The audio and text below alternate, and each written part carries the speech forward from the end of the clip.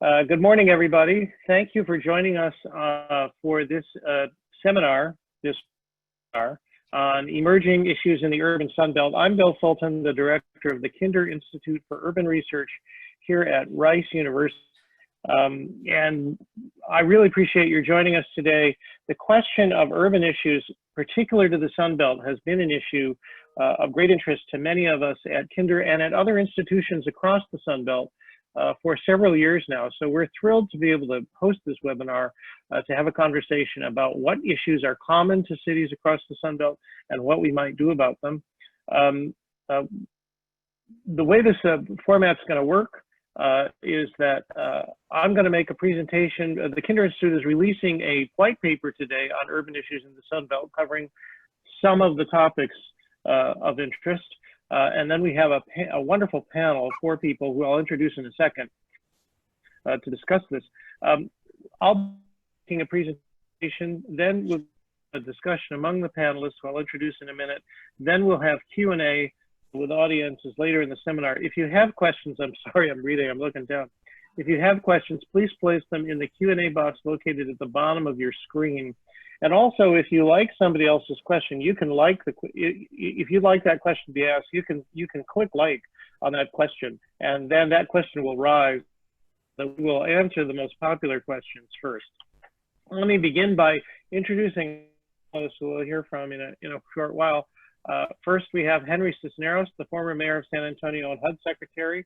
Henry, thank you for being with us today, and happy birthday, by the way. Happy birthday to Henry today. He said he would not rather spend his birthday in any other way than to be here on this webinar with us. So thank you. Absolutely. Also, Marissa Aho from Houston. Marissa is the Chief Resilience Officer for the City of Houston. Especially relevant is the fact that she's been the Chief Resilience Officer and responsible for the resiliency plans for the 2 largest cities in the Sunbelt now, Los Angeles and Houston. Duke Reiter is with us from Phoenix. He is the Executive Director of the University City Exchange at Arizona State University and the founder of the 10 Across initiative. That is an initiative focused on the cities on the I-10 corridor, and which is very relevant here for us today. And finally, from the Southeast, Mary Newsom from Charlotte, a former columnist for the Charlotte Observer and former director of urban policy initiatives at the Urban Institute at the University of North Carolina, Charlotte, which is not on the I-10 corridor, but which is currently in a tussle with a city on the I-10 corridor over the Republican National Convention, that being Jacksonville, not represented on our panel today. Thank you all for being with us today. If you'll bear with me for a few minutes, I'm going to go through a PowerPoint highlighting some of the findings of our report. Then we'll come back to the panelists. So at this point, I'm going to take control of the screen and show the PowerPoint on my screen. Right? So I'm working on that right now. There we go. Okay. So as I said, we at the Kinder Institute have been interested for some time in the question of urban issues associated with the Sunbelt. This really struck me when, like Marissa, I moved from Southern California to Houston, which I did almost 6 years ago. One of the interesting things that I have noticed that I heard the other day was, many of you are familiar with Ed Glazer, the famous urban economist at Harvard. Ed Glazer did a study once where he found that the most accurate predictor of population growth among cities in the United States in the last 50 years is the average temperature in January. The warmer the average temperature in January is, the more population growth we're likely to see. And so we've begun to see, but now it's been 50 or 60 years since the Sunbelt cities really began to grow, and we're beginning to see some trends and some patterns. We at the Kinder Institute have sponsored this work. We are an urban research institute at Rice University in Central Houston, studying Houston and Texas and Sunbelt-wide issues. We at the Kinder Institute focus primarily on education, housing, transportation, governance, and resilience, although the issues associated with the urban Sunbelt are by no means limited to those topics. one of the most striking things to me is that between 2000 and 2016, the large cities, this large metro areas, there are 22 large metro areas in the urban Sunbelt, metro areas of 1 million people or more. Between 20 and 2016, they accounted for 41% of all US population growth, just those two metros. I'm gonna show you a map in a minute. Yet most US urban policy, as Secretary Cisneros knows better than anybody, is still focused on the northeastern and midwestern cities. Because I used to run into, when Henry was secretary, I used to run into him on the plane to Chicago frequently. He was always going to Chicago in those days because of the housing authority. So our paper highlights the differences between Sunbelt urban areas and their counterparts elsewhere.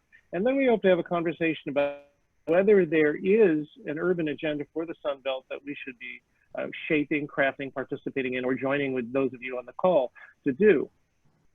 I want to emphasize that our work today is meant to be the first word, not the last word. We done the issues, and I said, as I indicated, should there be a Sunbelt urban agenda? So to summarize, in summary, and I'm going to get to these in a little more detail in a minute, large Sunbelt metropolitan areas are growing much faster than their counterparts elsewhere. They're adding more younger and older residents. They're adding many jobs, but they're bifurcated. Most of those jobs are in the highest and lowest paying sectors, as I'll show you more quickly. Also, the Sunbelt has a reputation for housing affordability and is losing that advantage rather rapidly, and continues to be more auto-dependent than others. The urban cities in the Sunbelt tend to be more auto-dependent than other cities. And so people who live in the Sunbelt have high transportation costs, higher than in other parts of the country, and relatively low public transit ridership in spite of significant public transit, and particularly light rail investment over the last 20 or so years. As I said, there are 22 metro areas of 1 million people or more in the urban Sunbelt. Those are the metro areas kind of in the orange of this map, below the 3630 parallel. And as I said, these metros account for almost half of US population growth. Now, one of the things that we did in this study was we compared the Sunbelt metro areas to two other groups of metros that you see on this map. One is the metro areas that are in the Rust Belt, ranging from Buffalo over to Minneapolis, down to St. Louis. And then we grouped all the other large metro areas of over 1 million people, into one other category, which we call coastal and mountain. That's really the West Coast, the Mountain West, and the Northeast and Mid-Atlantic states, all grouped together for the purposes of this analysis. So among the things we found, as I said, these metro areas are growing much faster than their counterparts in other parts of the country. You can see here from 2000 to 2016, 25% population growth, much higher than other parts of the country. I'm having a little bit of trouble moving my screen here. Give me just a second. I'm not quite, there we go. Although this trend is changing somewhat now, the Sunbelt still continues to add Latino and Asian residents very quickly. And you can see that the Latino population or Hispanic population is approaching parity with the white population throughout the Sunbelt. Now, the Sunbelt used to have a bigger demographic advantage here. We have seen more immigrants go to other parts of the country in the last few years to pursue job opportunities. I think the whole story of the meatpacking plants in the Midwest is a good example. But nevertheless, the population in large Sunbelt metro areas is still quite diverse compared to the national average. Another interesting thing that we found between 2001 and 2016 is that, yes, all parts of the country are shedding manufacturing jobs, but the Sunbelt is shedding manufacturing jobs more slowly. We've seen a lot of manufacturing move to the Sunbelt in the last 30 or 40 years. Most of the foreign auto plants in the United States are in the Sunbelt. And really the Sunbelt, particularly the Southeast, is the new manufacturing heartland of America and is retaining manufacturing jobs better than other parts of the country. At the same time, the Sunbelt is adding all kinds of service jobs more quickly. What you see here is a chart of some of the more highly paid service jobs, and the Sun Belt. And as you can see in percentage terms, the Sun Belt is through the roof in these areas compared to the others. But there are some things to worry about. Here's one. This chart's a little hard to see. The Sun Belt metros are in the yellow. 9 of the 10 metros in the country which are reducing their homeownership rate fastest are in the Sun Belt. Only Detroit is in the top 10. You can see Charlotte, Mary is right there next to Detroit. Even Riverside, San Bernardino, California, widely regarded as maybe the most affordable place in California, is lost homeownership a lot. Tampa, Las Vegas, Phoenix, Orlando, Miami, Memphis.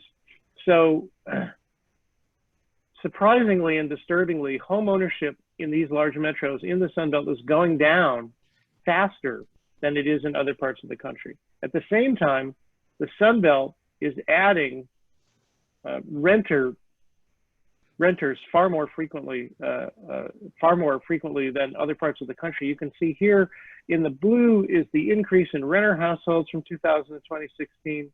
In the red is the increase in owner-occupied households. Now there's been, there was a decline in the home ownership rate around the time of the Great Recession all over the country, but you can still see here the Rust Belt difference is high.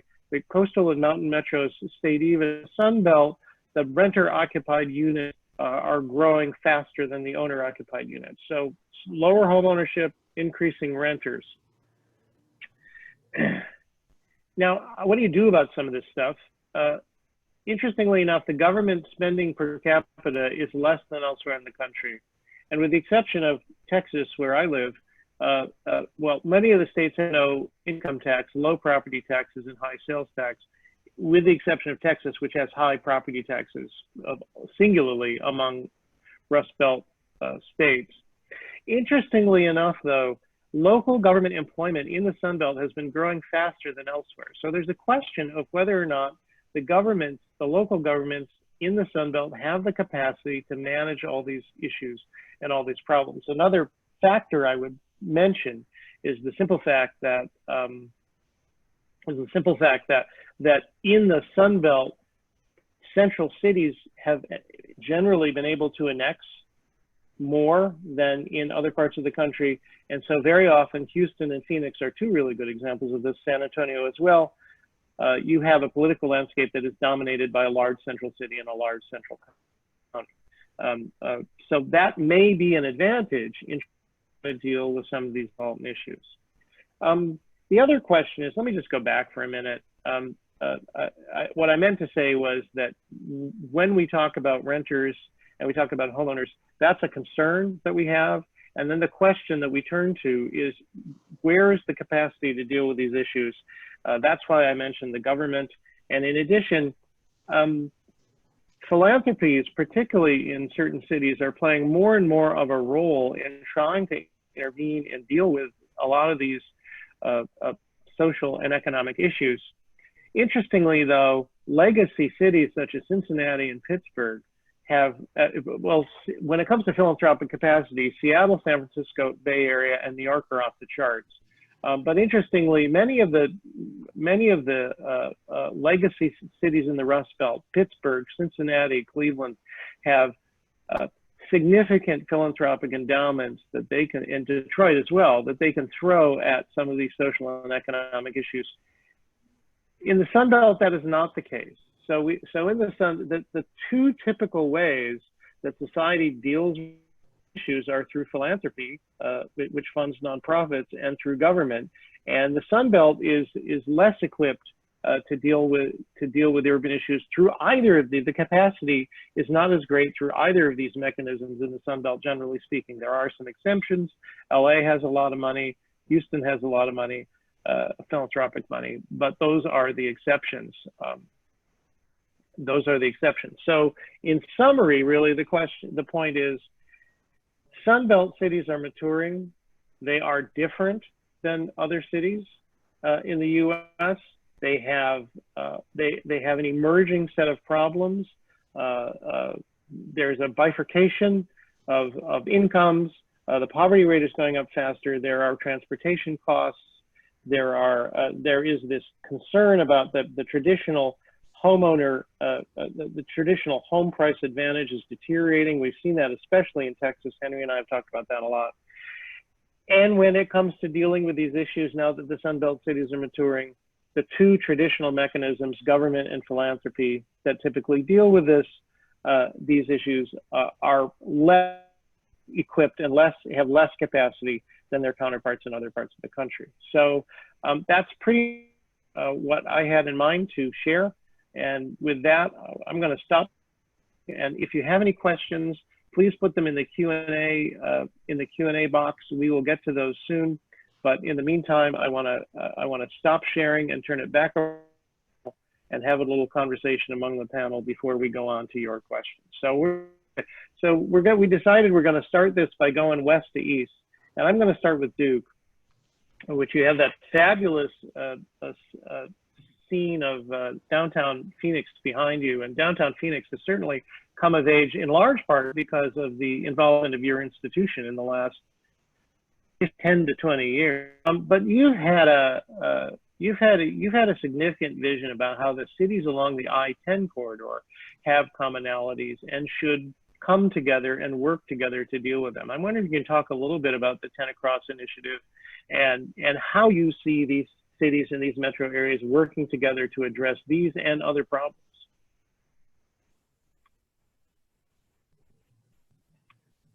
Thank you, Bill. There you go. There you go. Really appreciate the invitation. It's so good to be with my friends Henry and Mary and Marissa, who have been involved in the 10 Across project. And you referenced what's behind me. What's interesting about Sunbelt cities, which we so often associate with urban or suburban sprawl on the automobile, virtually everyone has been looking inward of late. I think COVID has thrown a different light on what cities are and density, but nevertheless, cities that were not necessarily characterized as being urban have really taken an interest in that across the Sunbelt.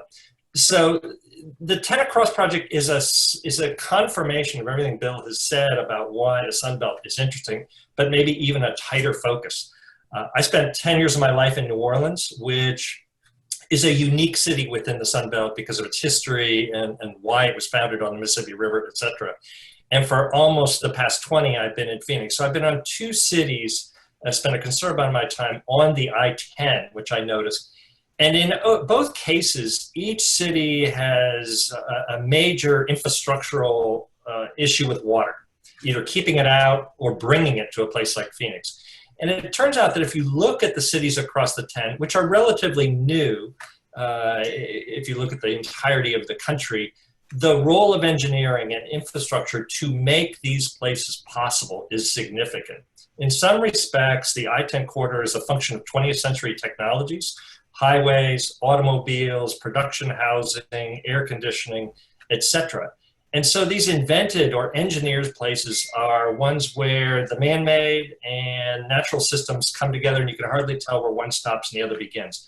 So we took an interest in the entirety of this corridor because of so many examples of that kind of confluence of activity.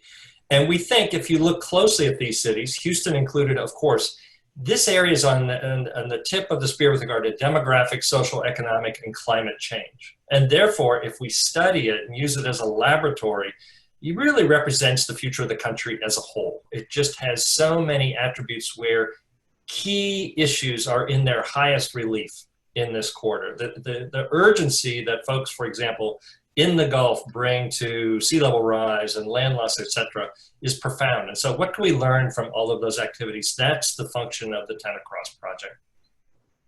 Okay, thanks. So let's move along the I-10 corridor and about halfway across the country, actually, and ask Henry to talk about the role of the Sunbelt cities. I always say one of the things, the most important lesson I ever learned about working in the Sun Belt, which I learned from Henry when he was mayor, is that unlike in the North, a coat is something you put on when you go indoors. But Henry, you have of late been thinking a lot about Texas in particular, the 4 large metro areas in Texas, the Texas Triangle, and I'm wondering if you could talk a little bit about the urban issues you see there and how they might work together or with other Sunbelt metros to begin to deal with these issues. Well, let me say just a few words about the Texas cities, but I do want to comment on the Sun Belt versus the rest of the country, because I think that's important from a policy standpoint. First, with respect to Texas, there are 3 cities now ranked in the top 10 most populous in the country. Houston, 4th or so. San Antonio, I think, is 7th. Dallas is 8th. Austin is number 11, just behind San Jose, number 10, and will pass it most likely in this census. So for the first time in American history, one state will have 4 cities among the most populous 10 in the country. That's never happened before. We had multiple times when New York or California had 3 cities in the top 10, and Texas, but never 4 in one state. And it's an interesting thing because this aggregation of Dallas, Fort Worth in the north, and Fort Worth, by the way, is number 13, Dallas, Fort Worth in the north, Houston in the southeast corner of the triangle, and Austin, San Antonio, 70 miles apart in the southwest corner of the triangle, are the only place in America where you have that size of population metros, not just that close, because there are other places in the country where big cities are close in the Northeast, in the Rust Belt, but where they are all under the same state legislative regime, so that they can actually influence broader policies related to spending on education or spending on roads construction, for example, transit, that influence their destinies. So it really is a place where we may see the emergence of a urban complex that is truly global in character. I mean, not only is it important in the United States and begins to rival the Northeastern corridor and the California corridor and the Miami and Florida corridor and other major ones, but it will be important in global terms, places like Milan and Turin, Tokyo, and the great cities there. And as Bruce Katz, my former colleague at HUD, has taught us, America is a metropolitan nation. So meaning that our economy is pulled by the economic activity and successes in our metro areas. Therefore, this becomes important nationally, that these places have the capacity to have that kind of pulling power for the overall national economy. Let me just say a few brief words about the national policy questions. I had not thought about it, Bill, until you were going through your presentation, but I did a quick set of notes here. And of the top 10 most populous cities in the country, 7 of them are in the area you described. 7 of the 10. Los Angeles, San Diego, and San Jose in California is 3. Phoenix is the 4th. Houston, Dallas, San Antonio presently come to 7. When Austin and San Jose trade places, we'll still have 7 in the area that you're describing. And then you add other places that are hugely important to the country, like Atlanta and Charlotte and Miami and Orlando, Tampa and New Orleans. And you see just how urban the region you've described as under the 36th parallel is. And when you look then, well, what are the cities that are in the balance of the top 10? New York City, Chicago, and Philadelphia, right? But very important places to America, like Detroit, have in the last couple of decades dropped out of the top 10. Detroit once had 2 million people. Now it's 650,000 people. So this is hugely important to the country, the subject matter you put on the table, the region that you put on the table. And my guess is that the significance requires a recognition that anybody making national policy, from the president to the cabinet to members of the House and the Senate, will have to think about kind of a two-fisted strategy for keeping America's urban economy strong. And when I say urban economy, that is the national economy. And that will be investing in the legacy cities, trying to restore their infrastructure, make them livable and attractive places for commerce and industry and trade. I'm speaking now of New York, Baltimore, Chicago, Buffalo, Detroit, Cleveland, et cetera. But a second fist of that strategy will have to think about these newer places that have a different set of policy issues. It'll be infrastructure investment, but for a different purpose, not for restoring 100-year-old water pipes and broken down freeways, but growth. And it's just as important to do it as it is to renovate in the older areas, because otherwise these economies are going to get choked on congestion, on inadequate attention to water, on antiquated facilities over time, airports, ports, et cetera. So a two-fisted national investment strategy with kind of a different focus in each of those pushes, I think, Bill, your work calls that to the fore and tells us that that's the way we need to be thinking about this. I would add one final sentence, and that is, we should talk about the traditional infrastructure because it is needed to keep these engines sustained. But this coronavirus and its economic ramifications have told us that there's another infrastructure just as important, and including in these growth places. We're not immune just because we're newer, and that is we don't have clinics and hospitals in the right places, in the right scale. We don't have broadband in place, so when we go to online education, whether it's public schools or college, people can take advantage of it. We don't have in place infrastructure related to the economic infrastructure for people who are on the margins. So access to capital questions and jobs and training issues and so forth. So I'm hopeful that one of the byproducts of this episode of the last 3 months is we understand we're short on what some people call social infrastructure, but it's just as important. And the Sunbelt cities need it as badly because the inequalities can be just as severe here as we have seen in other places. Okay, thank you. I just want to remind everybody, if you have a question, put it in the Q&A box. If you like a question, you can vote to like it and it'll move up the list. We'll get to those questions soon. I also want to, Henry, I want to acknowledge Councilmember Zeta from Fort Worth, who put in the chat box. Thank you very much for recognizing Fort Worth. So how can you not? How can you not? Okay, thank you.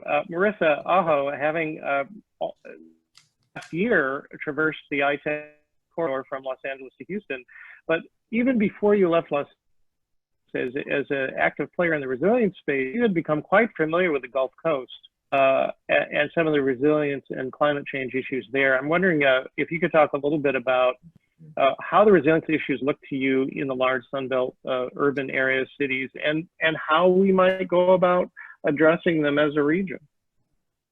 Sure, thanks, Bill. And I am so new that I still refer to the I-10 as the 10, but I'm working on it. So well, I call it the Santa Monica Freeway, which drives people crazy in Houston. There you go. I've been okay with the I-10, and we're working our way. There's also the dime. It's also referred to as the dime. So many options. The dime. There you go. So to answer your question, first, I really just wanted to highlight one thing about where Houston is in its resilience work, because I think it's emblematic of the conversations that the report really starts to highlight. And that is, so the resilience strategy came out in February, and there were 5 focus areas, 5 visions for the future in Houston.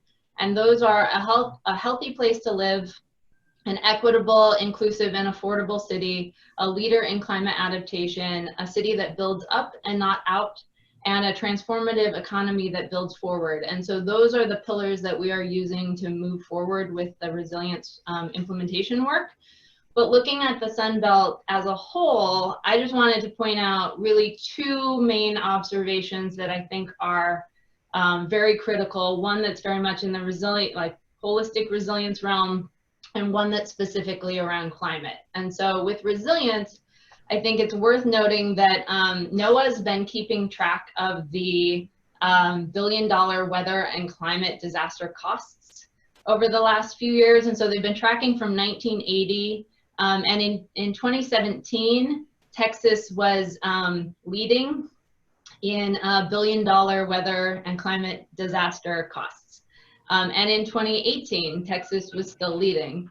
But in 2019, both Texas and Florida had over $200 billion in disaster events, and California and Louisiana had over $100 billion. And so the Sun Belt cities are being sort of further and further impacted by a whole range of disasters, from hurricanes to wildfires, to flooding, to drought. And I think it's important to recognize that that is an impact related to the costs that are felt in those places, and totally related to the capacity issue that is raised in the report. And the second example is really around urban heat. And so when I moved to Houston, folks were talking about how I was gonna experience my first Houston summer. And I use that as an opportunity to say, where's your downscale modeling around urban heat? But it seems like in some places that already experience really hot days, I mean, this week alone, it hasn't reached 100 in Houston, but it's felt like over 100. And Los Angeles has been experiencing a couple of brush fires this week. And so we see that the heat impact is pretty severe even before summer has officially started.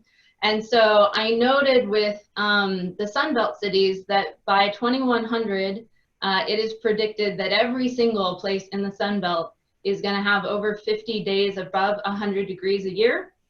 And it could be closer to 100 days of 100-degree weather every year if we don't control emissions. And so those are going to be huge impacts layered on top of the trends that the report identifies, including increased population, increased vulnerability, and sort of the built environment around auto-oriented uses that really play a role in how we bounce back or bounce forward during resilience challenges and with the effects of climate change. Okay, now let's move on our west to east pattern. Let's move to Mary Newsom in Charlotte. Mary, you live in Charlotte, which is often, you're going to remember this term, but is often regarded as part of this gigantic national suburb stretching from Charlotte to Birmingham.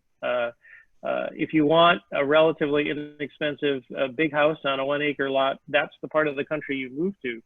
But that is creating significant growth management problems. And there is a phrase for Charlotte, Atlanta, Birmingham, which I've forgotten, but maybe you can remember it. How do you see that issue in the Southeast, and how can the cities in the Southeast and the Sun Belt generally begin to grapple with these problems? To refresh your memory, the term is either Char-Lantingham or Char-Ra-Lantingham, if you want to include Raleigh, which you really should, but it kind of makes it a mouthful. And so for those of you that are Char-Ra-Lantingham. Char-Ra-Lantingham. Yeah, and for those of you that are not all that familiar with Charlotte or possibly don't even know where it is, we're a big city on the North Carolina-South Carolina state line. The population of Charlotte is like 890,000 roughly. We could annex anything for a long time, so it has a much bigger geographic footprint. We're in a county of about 1.1 million, and we're in an MSA of 2.6 million, but our MSA, it includes a whole lot of very rural territory, so I tend to not use it when I'm doing comparisons. We grew dramatically, starting with basically starting with the invention of air conditioning, if you want to get back to it. And like everybody else in the Sun Belt, not like the Sun Belt cities that we're discussing, our growth has been predominantly auto-oriented sprawl, which brings all of the difficulties that we've all been talking about with it. We have no geographic constraints to speak of, other than, Birmingham doesn't want to be part of Charlotte. Their political boundaries are essentially our only constraints. We don't have an ocean, we don't have a big mountain, we don't have a harbor. We could just, like Atlanta, we could just go wherever we want. Our water issues, interesting, Duke, our water issues have to do with, do we have water supply for all the people that are moving here and watering their lawns in our hot and getting hotter Julys, thinking that they're going to continue to have green grass, which is, you know, crazy. But this is, you know, they've done some studies. Our water supply is managed by Duke Energy, which owns the lakes, which were created for hydroelectric power. And they've done some studies, and they say we've got about 30 to 35 years before we run out of water capacity for all the new people that are building houses and having lawns. This fact is like totally not on anybody's radar screens at all. I did want to talk a little bit about, Bill, what you said about the homeownership rate going down. And from what I have seen in my city, I think that may be a historical blip based on, at least in part, a historical blip, because cities growing, you're moving to the city, there's not enough housing, so developers are trying to build housing to accommodate people. For a number of years after the recession, you couldn't get financing for condos, or, you know, it had to be, you could get tons of financing for apartment buildings. And as the city, you know, smartly, in my opinion, was trying to densify for all of the reasons that you want to be denser, apartments were going up, and home-owned multifamily buildings couldn't get financing. And because of the foreclosure issues, there weren't a lot of single family developments happening until a few, probably 2 or 3 years ago, all of a sudden, kaboom, it started again. So I think a piece of that is, and I think people were worried about foreclosure, so renting was more attractive to people. And you layer onto that the issues of, you know, the high wage, low wage jobs. And I think that all works together. We've talked some about transit, and I think that the not much capacity for transit because of A, the sprawling low density development, B, we're a blue city in a red state, which is, I think, is another characteristic shared by a whole lot of these Sunbelt cities. Our state legislature does not want any city to have transit. They've passed a bunch of laws. We're Dillon's rule state, so the city can't just say we want to have our own sales tax. You have to get the blessing of the legislature in Raleigh to even have a referendum on a sales tax. So it's difficult to finance. It's difficult to make it serve a lot of people. One thing I was actually, this kind of relates back to the resiliency issues. Our problem in recent months has been major storms, or so other people say, storm events. We've been having major storm events. We've had tornado warnings, the kind where they say take shelter immediately, 3 times just in the last month. So we have 2 giant trees just in our neighborhood that have gone down and blocked roads. And more to the point, one of them took out all of the electrical wires and the internet and the cable TV. So I've been without internet for the last 2 days. It finally came back 15 minutes before this. So my research kind of faltered. But there was a very important study by Roz Chetty, Nate Herndon, Emmanuel Saez, and a guy named Patrick Klein, looking at economic mobility. And what they found was that, and this is basically kids born poor who can move up. It's gotten a lot of national attention. Charlotte was number 50 out of the 50th largest cities. So folks here were quite upset about that. They don't like being low ranked on any list. This is a major boosterism city, which may be another defining characteristic of the Sunbelt cities. Yes, could be. Yeah, so there's a lot, you know, I hear Houston, I'm going, oh my goodness, it's so like Charlotte. But so they've been doing a lot of studying. And so I was looking up, you know, what were the factors that were identified in Charlotte? A lot of them are factors that you're going to find everywhere: racial segregation, housing costs. You know, supposedly housing is cheaper here, but fully half, almost half, something like 48% of households are cost burdened in Charlotte. So the costs may cost less than in San Francisco, but the wages are also less. So it's still a problem. You know, but one of the things that they wrote about, and I couldn't find, I was unable to find because of the big tree, that fell, unable to find anything more. But they talk about sprawl as being one of the factors that causes negative outcomes in economic mobility. And to me, that's a factor that really hasn't gotten a lot of attention, how it affects families trying to move up the economic ladder. So I will kind of leave it at that, and we can discuss it more. But I do think that some issues you're going to find everywhere.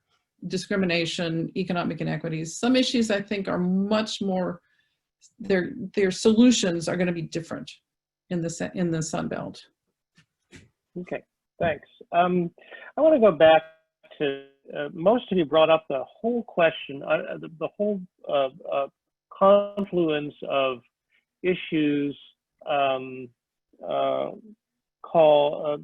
to do with water, climate change, heat, and extreme weather events. Everybody has those these days. Many of the Sunbelt cities seem to be more prone to it. I'm curious, Duke, not very many people have spent most of their adult life in New Orleans and Phoenix, right? Two seemingly very different cities. How have you seen the water issue in particular play itself out in different ways in the different parts of the Sun Belt? And what Mary said sort of casually, and we use water as a leading indicator. There are water experts, probably none of us maybe Marissa's right there, but there are people who focus in on water issues and can tell you things about them in great detail. But the casual thing that Mary threw out there, that Charlotte sort of sees itself having a 35, 40-year supply, is an incredible statement. We don't measure cities in a few decades. We measure them in centuries or millennia or whatever.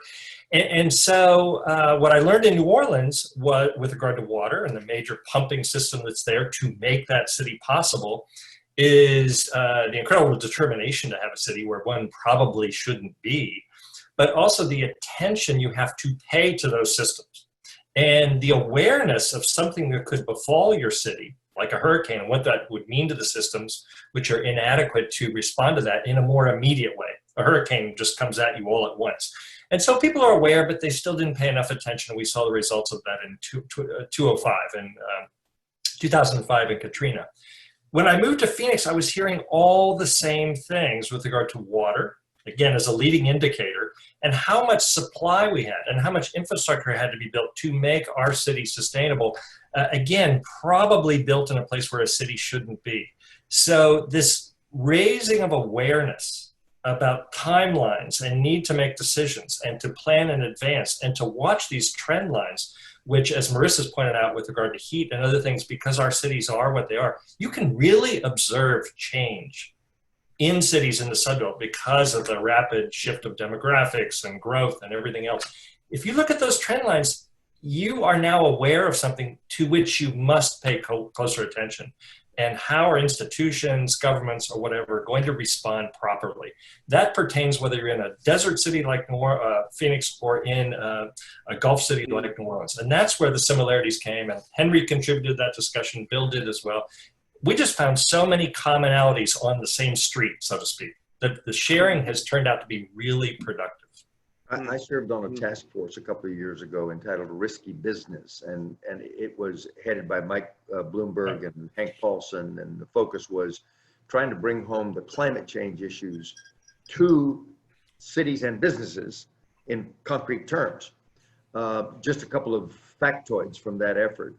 The cities in America that are the most vulnerable to rising sea levels with climate change are New Orleans and the Houston Ship Channel and Miami in the zone that we've been talking about. So the likelihood of dangerous storms is not only hurricanes that'll be more intense and hit this region, but inland storms that go up the Mississippi River, for example, and in the Mississippi Valley Basin across there. And we've seen just a few weeks ago a massive storm that tore up a good part of across Texas, Louisiana, Mississippi, Alabama, and on northward. The drought issues and heat issues in the American West will transform the region in concrete terms.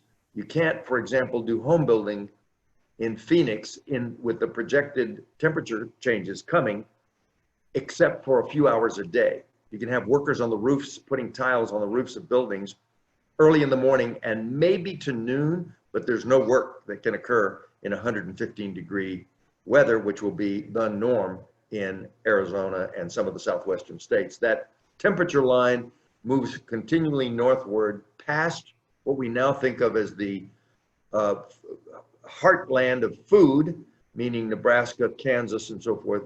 They will become more arid, and some of these crops will move northward into Canada. So there's all kinds of very specific implications from the seeming inevitability of heat increases, more violent storms, water rising, and it will only get worse if policies don't change. We're very, very near the beginning of a downward cycle at which policy changes won't help anymore because the system becomes self-propelling at a point. So these are very, very important questions for this region. Yes, Marissa, I was going to ask you, you were the one who brought up the topic about heat, which is really striking. To what extent do you see that as being an issue that is in people's awareness, or do most people in the Sun Belt, or is it like water in Charlotte? Do most people in the Sun Belt simply assume everything will somehow work out fine, or they'll just stay indoors more and run the air conditioning more? What's your perception? And how do we as Sun Belt cities work together to begin to address that question? Yeah, so I think that the way that we tell this story is really important, because what I have experienced in Houston is just Houston's hot. But and you know, in LA, I lived in the San Fernando Valley for the last few years I was there, and so I could drive over the hill and my temperature change would be 20 degrees, and so I could use that depending on what season it was to get where I needed to be cooler or warmer.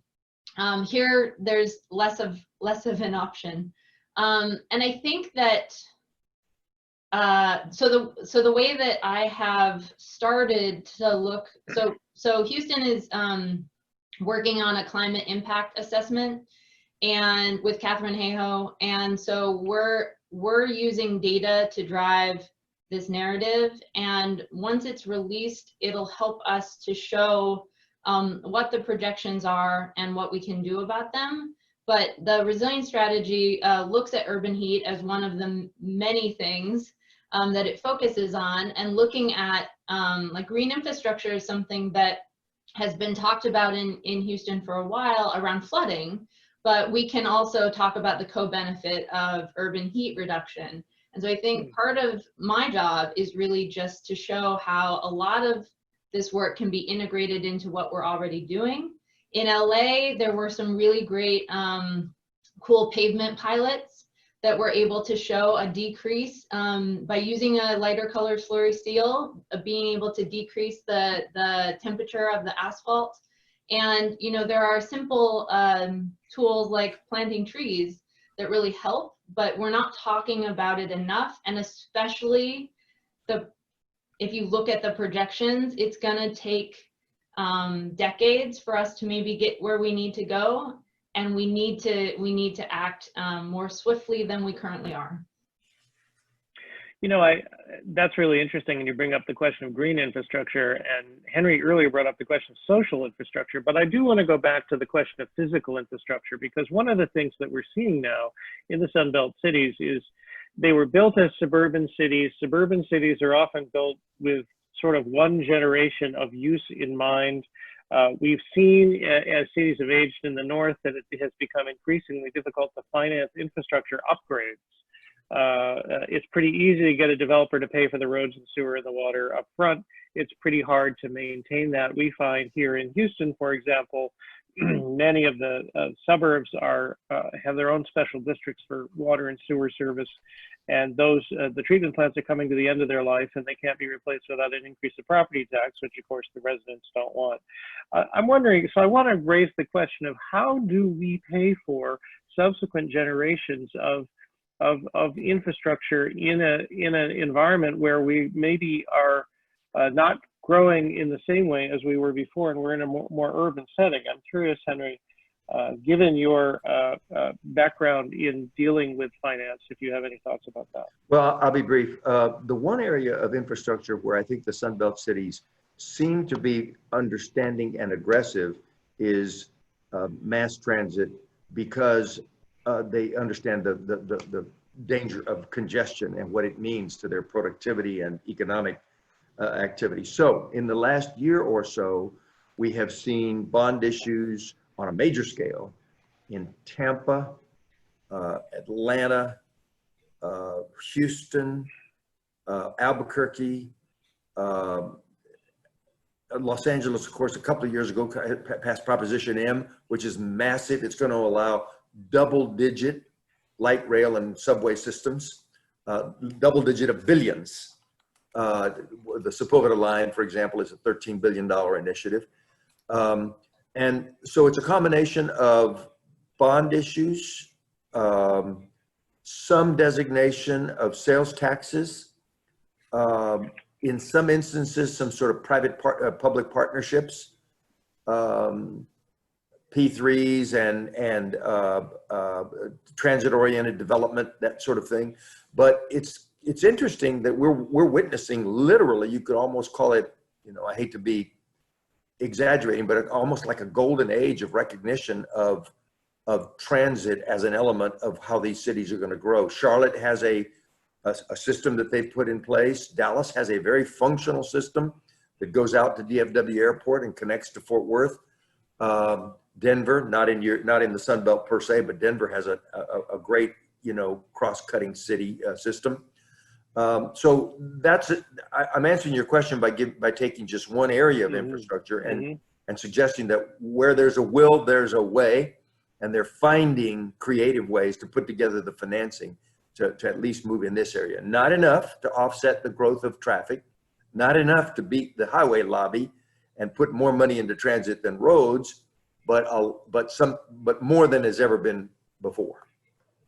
Okay, I want to get to the audience questions in just a minute, but before we do, I want to go to Duke and Mary, because both of your institutions, Mary, formerly with UNC, Charlotte Urban Institute, and Duke with ASU, have used light rail to connect your downtown operations with your suburban main campus. I'll start with Duke. ASU has been very aggressive in leveraging the light rail in downtown Phoenix. Can you talk a little bit about the impact that it's had? Sure. The scene you see behind me wouldn't exist without light rail. Now, it was not built for the university, of course. It was built to do many things that Henry was just describing, and in a place that has been automobile-centric to the hilt. So light rail, which opened up in 2008, we knew that was going to happen.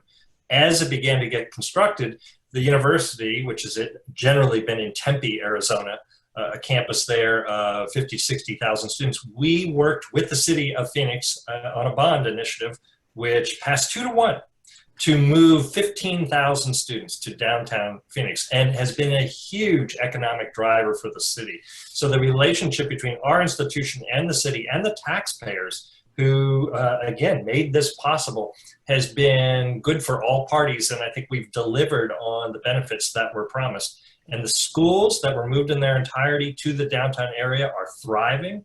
There was some doubt about that on the part of students and maybe faculty. Now they wouldn't be anywhere else. They're leveraging that downtown location. By the academic units within ASU. Yes, the School of Journalism, nursing, law, public programs, those kinds of things. Expressly put in the city to take advantage of being in the city, but the light rail was the connector between the two that made it obvious that we could be there and should be there. And Mary, a similar situation in Charlotte, where your urban institute was downtown, or had a downtown presence at the same time that the light rail was being built to connect to the suburban campus. How much of a difference in Charlotte has this light rail made in development patterns and so forth? It has had a huge difference in the area along the light rail. And I want to give a shout out to the Chancellor of UNC Charlotte, who is retiring this month, Phil Dubois. He made the decision that, yes, he would have the light rail go on campus, and the university donated land, and that enabled this whole specific piece of the project to have the financial viability that the Fed said, okay, you can have money. So we have one light rail line. It runs southwest to northeast. The main university, which is about 30,000 students, people don't realize how big it is about 11 or 12 miles northeast of the center of downtown. Because of the light rail, the university did build one downtown building. They have not yet been able to build any others because of all the reasons, state-funded universities, finances, et cetera. The main campus has a capacity, they've done studies, and I think the capacity is like 38,000 students, and that's if you look at like room on the sidewalks for people to walk, and classrooms and buildings that can be built, and how many people can they cram into the classrooms, and the food service facilities and all of that. So they know that they're going to have to shift more of their departments to downtown. And when I left, they were, trying to decide how, what do you shift? What do you shift? The whole English department? What about? Because there's a lot of moving pieces, and you want people to be in some rational degree of proximity. But headline, yes, it has made a major difference. And the section, the development between downtown and the main university campus, it's kind of oozing north from downtown, and to the extent that there's now some pretty significant gentrification worries. Bill, if I could, I think your question adds one more topic to this discussion. You mentioned government and philanthropy. I'd say in the Sun Belt, institutions are going to be major and are major drivers of these cities. You know that through your institution and Texas Medical Center. Mayo has a presence here and in Jacksonville. Institutions and what they can bring to the table are going to be profoundly important. So the traditional eds and meds might also play a role. I'm going to go. All right, I'm going to go to the audience questions now. I'm going to begin. And again, if you have a question, don't put it in the chat box. Please put it in the Q&A box. And if there's a question you like, vote for it, and it will go up. I'm going to start by trying to be as topical as I can with some of the questions dealing with what's going on right now. So here's one. Post-pandemic, some predict Americans will shun dense transit-oriented cities and prefer low-density auto-oriented places. So does this mean that the Sun Belt will be able to thrive by sticking to its traditional patterns and abandoning transit investments and new zoning approaches? Is the Sun Belt weirdly at an advantage in the current moment because it is auto-oriented, or is that just a temporary advantage or an illusory advantage? I'll throw it out there.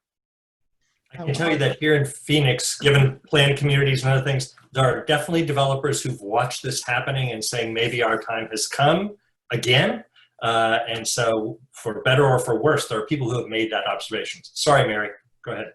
Oh, I was just going to say that I have been thinking a lot about this because I happen to live 4 miles from the middle of downtown on a half-acre lot with a lot of grass and a lot of trees, and I drive in my safe little single occupant car everywhere. And it's been quite handy during the pandemic. So I'm a total hypocrite when it comes to how I live versus what I think is good for cities. I think it may be illusory, but is it illusory for a year or illusory for 10 years? I don't know the answer to that. I think that's a good question. There were some trends going on anyway. I think people were bailing out of the very expensive, very large cities because of housing costs. And where are they going? And I think that's going to continue. Are they going to go to the, the villages along the Hudson Valley? Are they going to go to Charlotte? Are they going to go to Kansas City, Detroit, Des Moines, wherever? But I think that there's enough people in policy-making positions in my city and many others that they know that you can't just keep going on expecting everyone will drive everywhere, or you will choke yourself on your traffic. And the expense of expanding all of your infrastructure, your sewer lines, it's just too darn expensive. I think that enough people have figured that out, that it's not going to be sprawl-orama for the next 20 years. I hope. Henry, you had a comment? I'll defer to Marissa. Yes, I do have a comment, but Marissa hasn't spoken. If you have a thought. I would chime in to say that I think it's way too early to tell, and this was brought up a few weeks ago and a few months ago with me, and I feel like no matter what direction we head, there needs to be a balance, and that urban places need more green amenities to be able to, you know, I live in an urban area just outside of downtown, and you know, I walk around my neighborhood and love to see everybody out, but at the same time, more amenities need to link suburban areas to jobs and to other sort of uses, and through that balanced approach, for me, the overarching question is going to be, how do we do it equitably? I think Marissa's word balance is the kind of the pattern we're going to see play out. It is more than just the pandemic. It's also, as someone mentioned, housing costs in recent years, and the technology, which now makes it possible for people to spread out of the cores.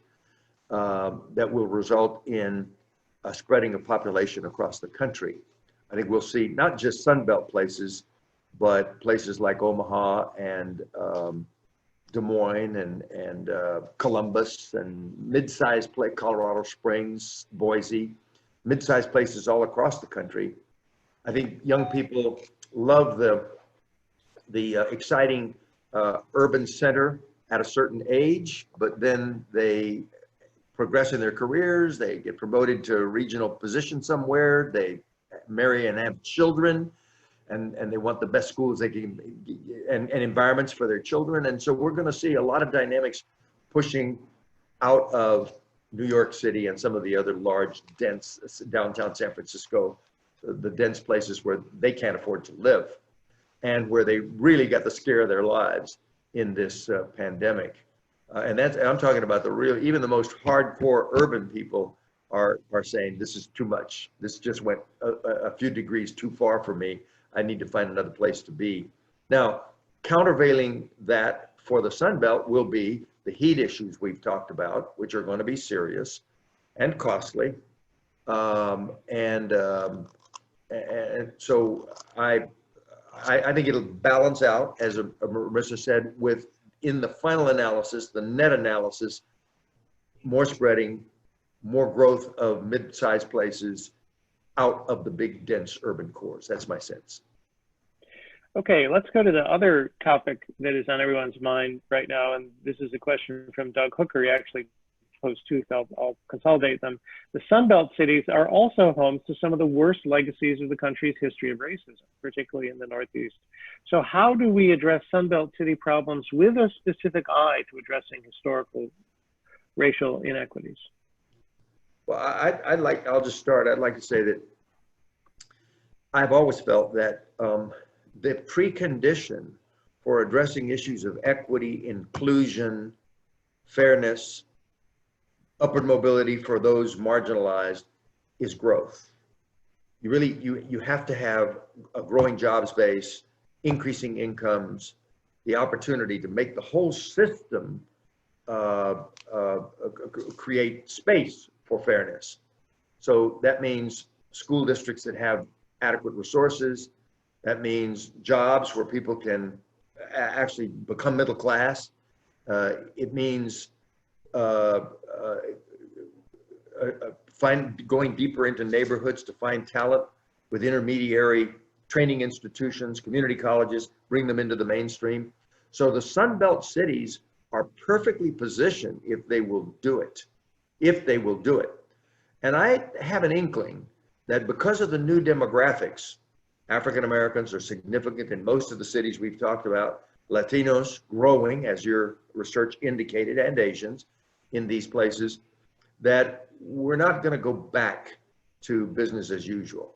Atlanta prides itself on being the kind of the model of how upward mobility can occur among African Americans. And it's very real there. I mean, they have an equity officer in the mayor's office to look at every city policy and budget decision with an equity lens in Atlanta. And so I suspect many places are going to go, and we have a better chance to pull it off than places that are contracting. Detroit is a very difficult place to fundamentally create that dynamic of upward mobility because it won't exist for anyone except on a limited scale. And many other places that I could mention. They have to work at this, but I think it's just, we have a better chance in these places that are growing if we can get the politics and the will aligned. Okay, let's go on to some other questions. One question from Mark Anderson: is the Sunbelt owner-occupied housing declining because of older folks downsizing? Since I did the research, I'll try to answer that. I don't have a specific answer to that. My gut tells me no.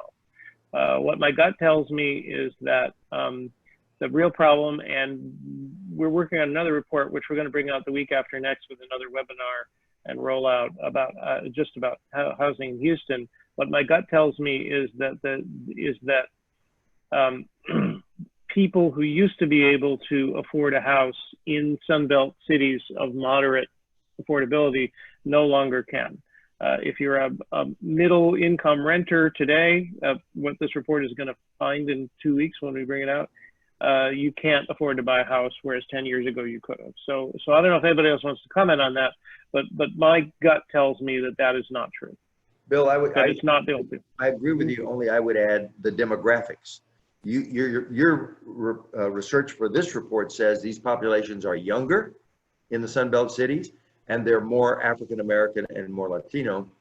And those are populations that have the hardest time getting to home ownership because they're younger and because they just haven't had enough time to build up, a nest egg for home ownership. They have the lowest home ownership rate by 20 points in the country anyway. The white home ownership rate is in the near high 60s or 70%.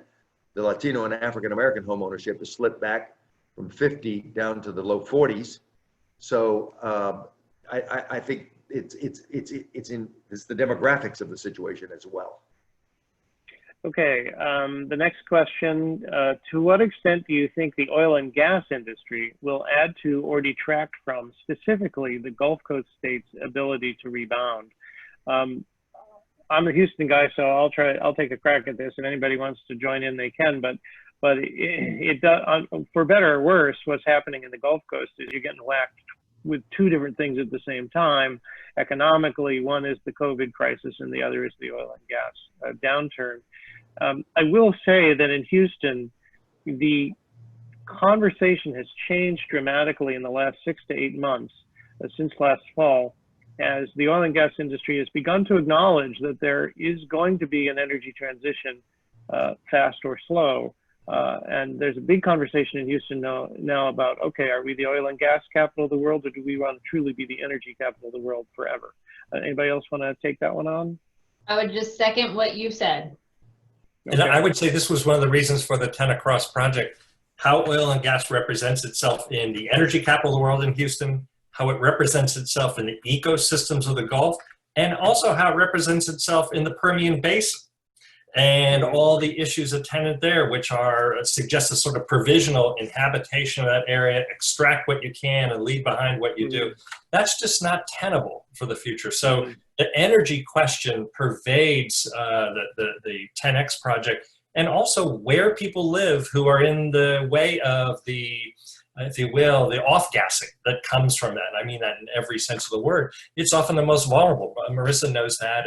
They don't call that area in Eastern Texas, Louisiana, Cancer Alley for nothing. That just is not a sustainable way to have a business. Yeah, I would also add, there wasn't always crystal clear that Houston would be the energy capital of the nation. because there was a time when it looked like New Orleans was going to be that place. Right. And so whatever you say about Houston and oil and gas applies sort of in double dose to New Orleans, because they're even more dependent. Right. They're very dependent. They're very dependent in New Orleans. That's correct. The next question we have comes from Madeline Brosen, who is the Deputy Director of the Lewis Center for Regional Policy Studies at UCLA. And Madeline says, I want to connect Bill's point about bifurcated job growth in these cities and Henry's closing points on the need for social infrastructure to address inequality. What types of social infrastructure do you all think can help to grow the middle class in these regions, especially for Black people and other communities of color? What kind of social infrastructure needs to be strengthened in order for middle class opportunities to be maximized? Well, I think you have to start with the schools, public schools, but I think we're going to have to, progressives are going to have to be much more open-minded about what we mean by schools, because I think it's, creative magnet schools and creative pre-K programs and creative charters, just a mix of continued experimentation for what works in K through 12. And then I would say really double down on community colleges and outreach instruments related to community colleges that dig down deep into communities and find kids who are promising in school and let them begin their community college experience while in high school, so they build up credits and don't have massive debt in the community colleges. And I would say aggressive four-year programs in public institutions like the University of Houston. In Houston, for example, to pick one, or Arizona State. But the whole training, human capital regime, and not just colleges and universities, as I've just said, but other forms of training are a social infrastructure we have to really, really emphasize. If I could just add to Henry's point, I would insert the word intentionality. Arizona State, which is the largest university, went from having under 10% of its students being Pell eligible in the 90s to now being approximately 40, 45, reflecting the socioeconomic situation in our state. That just wasn't a change in demographics. That was an intentional decision on the part of the institution to literally expand, to provide seats for people who are deserving, but who may not have the means. Institutions just have to make a decision to do that. It's not easy, but it's the right thing to do to respond to the question, which had to do with increasing upward mobility for a quote unquote middle class. In San Antonio, let me just say quickly, in San Antonio, the community, first of all, if I were picking one entity, one instrument, it would be community colleges. But in San Antonio, the community colleges put together something called the San Antonio Promise, which starts with a goal to eliminate any tuition for community college. Mm-hmm. And also now our transit system is saying free transit for community college students. So there's a lot of people coming together around that pillar. Mm-hmm. Okay, let's move on to I think Mary was Mary's trying to say something. Mary, I had to unmute myself. Okay, whoever's keeping the take a drink when somebody has to unmute themselves, you can take a shot now. I was going to say that while the social infrastructure that you all have been talking about is incredibly important, I think it's got to be national. There's got to be changes in tax law. There's got to be changes in how we fund education. Student loans need to not be, whether community colleges are expensive for a whole lot of people. I mean, I think that there's got to be some national level changes in systemic policies. Social infrastructure is really good, but I think the huge disparities are going to have to come with changed laws. Okay, there's a couple questions here, which I think I can probably take. One from Michael Oden, UT Austin. Michael, thanks for being on. Any comparative data on racial ethnic differences in median income poverty rates or home ownership rates between the Sun Belt and the two comparison regions? In the report, we do say that the poverty rate is going up faster in the Sun Belt cities than in the other metro areas. I don't have the home ownership rates broken down by both racial and ethnic differences in the other regions. That's a really good thing to look at, and we'll look at that. Thanks for that. Brent Gilroy asked the question, I get the feeling there is not a lot of Sunbelt-centric urban research out there. Is that true? And if so, what can we do to encourage more focus on these issues? Well, that's the whole point of it. You're right. There isn't much Sunbelt specific research on this, and here we are. So I look forward to hearing. My email is bfulton@rice.edu. If anybody's got an idea about how to move this forward, that's what we're looking for. Richard Johnson asks, I'll throw this to the group, how will changes in immigration policy impact the growth and outlook for Sunbelt cities? Another characteristic that drew us to the Tenant Cross project is there's no doubt about the profile of many of these large metro areas or the cities, typically blue in persuasion, if you will, often in large states where the legislatures are represented by those who are probably coming from suburban or rural districts, which sets up a challenge. We've seen it here in our state. I know there's a whole discussion about that in Texas and elsewhere. So there is something of a tension, there's no doubt about it, not to mention how the federal government weighs in on these issues. And it's something I think that spurs what you're bringing up, Bill, and I know it's an interest of yours and Henry's and Marissa's and Mary's. A lot of the action is in the cities. They're moving forward regardless. And that does exacerbate some of that tension, but they're not waiting around for some of these other governmental entities to do what needs to be done with regard to the issues we've brought up. I think on a question like this, you have to look at the kind of the big forces, and the biggest force of all in this arena is the attraction of jobs.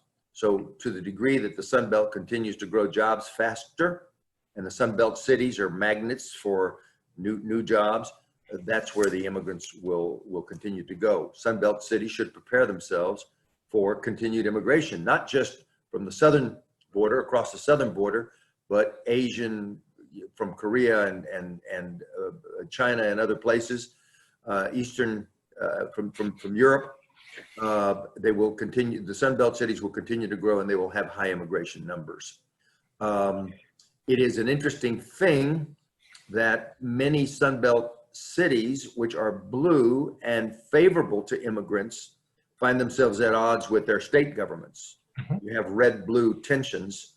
Very, very acute in Texas, which showed itself in the last legislature in anti-sanctuary city legislation. Unnecessary, but a nice wedge political issue for people who need a wedge issue, can be blown up out of proportion, but also very cruel. But I think we'll see more of that as a result. And Henry, I'm sure you would agree. We just did a Tenant Cross New America roundtable with our civic leaders in El Paso. Their #1 message: we've got to see the border as an asset. It's easy to say, but it's got to become an asset. Here in the Southeast, I think it's going to be interesting to see whether COVID has a depressing impact on immigration. We've got chicken plants and pork plants here, and they've been huge hotspots for COVID-19.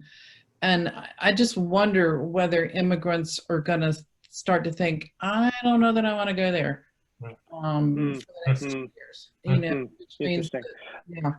Mary, the unfortunate reality is the choice they will have is not between a chicken plant or not, but compared to where they are, which is no income, health conditions equally serious. So I do think the pull of the jobs will continue to be the dominant factor. Or they may end up going more to the cities instead of, hey, I'll go to Siler City where there's a chicken plant. I'll just go to Charlotte and I'll find a job somewhere at a restaurant or a bar. Could be. Just be interesting to see.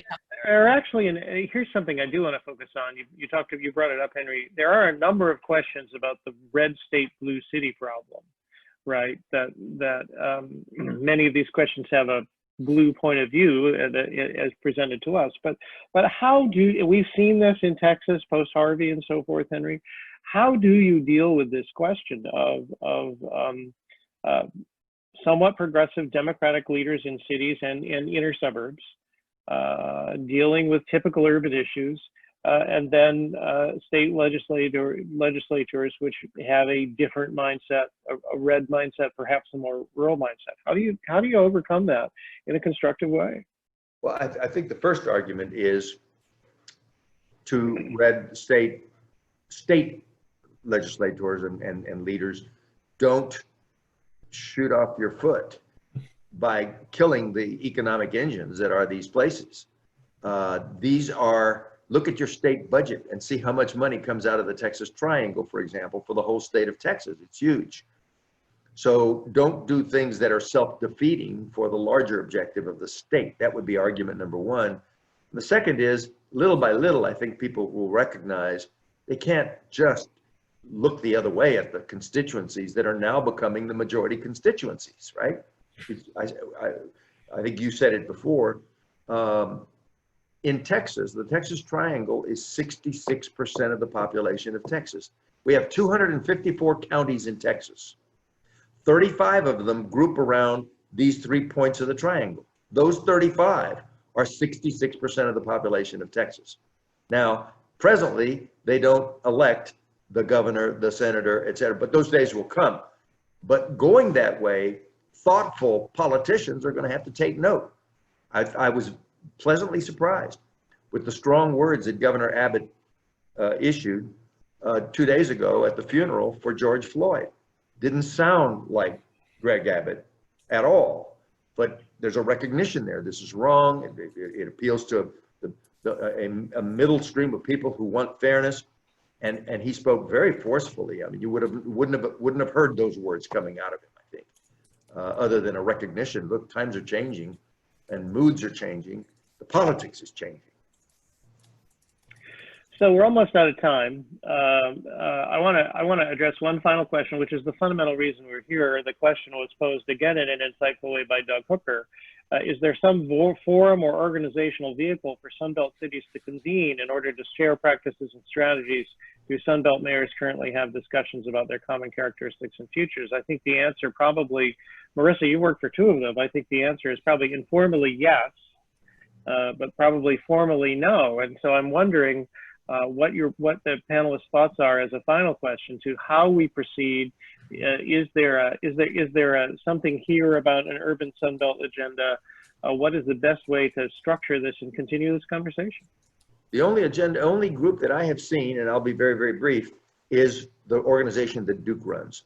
It's the only one that crosses and spans. Yeah. And Duke, you may want to think on the basis of this research of going beyond the IH-10 corridor alone, broaden that to below the 36th parallel, because you'd accomplish a lot of the same. The IH-10 was a nice way to think about it, 10 across, but teaming up with the major universities in the area, and there are some great ones, from Arizona State to University of Texas to the Florida institutions, Auburn, across the region, and research centers like what Bill runs. But I think the raw elements are there for some cohesion. And I think this is exactly why Bill and I see kindred spirit in our institutions and what we're trying to do. We say kinder spirits. Kinder spirit, yes. Kinder spirit. But so 10 Across and the Sunbelt, obviously they overlap literally and figuratively, and we have had mayors attend our summits, and what we've pointed out is those who would think they have little in common. If you're from the desert Southwest or the Gulf area, it turns out they have everything in common. So we'd love to do that. We're already in dialogue with a lot of the universities, and I think the work of pulling these things together is just beginning. You're witnessing part of it right here. And Henry, you've been a great catalyst in that regard. So we need to do more. I was just responding to Doug's question as well, but I think there are some vehicles that we could use to accomplish this. And I would just say, go ahead, Mary. Oh, I was just going to say, please expand beyond I-10. Yeah, and we have, when we say I-10, we don't literally mean the highway, but it's been a useful string. But if you're in Vegas, for example, you're not on the I-10, but the issues pertain. And so it's more the issues, it's not the road. Oh, I know, but please. We will do that. Yes. As a former HUD secretary looking at the country as a whole, I think it's important to highlight the region in the way you have, because Washington and the Northeast don't think about these areas as true urban challenges. Exactly. And as Los Angeles is the second most populous city in the country, but New Yorkers don't think about Los Angeles as an urban setting. Right. And they use a lot of arguments to say it's sprawled, it's not dense, et cetera. But there needs to be a thoughtful research and thoughtful articulation of the issues that confront this region in the national context. Right. Marissa, last word. So to the extent that these 22 cities that you've identified and the conversation that we've had specifically around sort of climate and resilience issues, I did just go through the list and identify that I know personally of efforts that are addressing resilience in over half, and I think 12 of the 22 cities. And so through other networks, those folks are all working together, and I think it's an opportunity to make sure that all 22 cities are engaged in these types of conversations. Okay, well, I want to say thank you, Duke Reiter, Marissa Aho, Mary Newsom, and Henry Cisneros for being with us today for this webinar. The Sunbelt study can be, so thanks very much. The Sunbelt study can be downloaded from our website, kinder.rice.edu, or you can just scan the QR code on the screen right now. We're going to leave that up. I'm very sorry that we had many questions we did not get to, and I'm very sorry we did not get to those. But many of them actually had to do with housing, and I want to point out that 12 days from today, on June 23rd, the Kinder Institute will publish our initial State of Houston Housing Report and host a webinar with housing experts. You can use this barcode to register, kinder.rice.edu. And don't forget that we've recorded this program, and it will be available on the Kinder Institute's YouTube platform. So I just want to say thank you to everybody for being here today. We had a great turnout, and most people stayed to the end. And this, as I say, we hope this is the beginning of the conversation, not the end. And we will see you next time that we gather and convene to talk about the urban Sunbelt. Thanks again. Thank you. Thank you, Bill. Thank you, Bill. Thank you for a wonderful way to spend a birthday.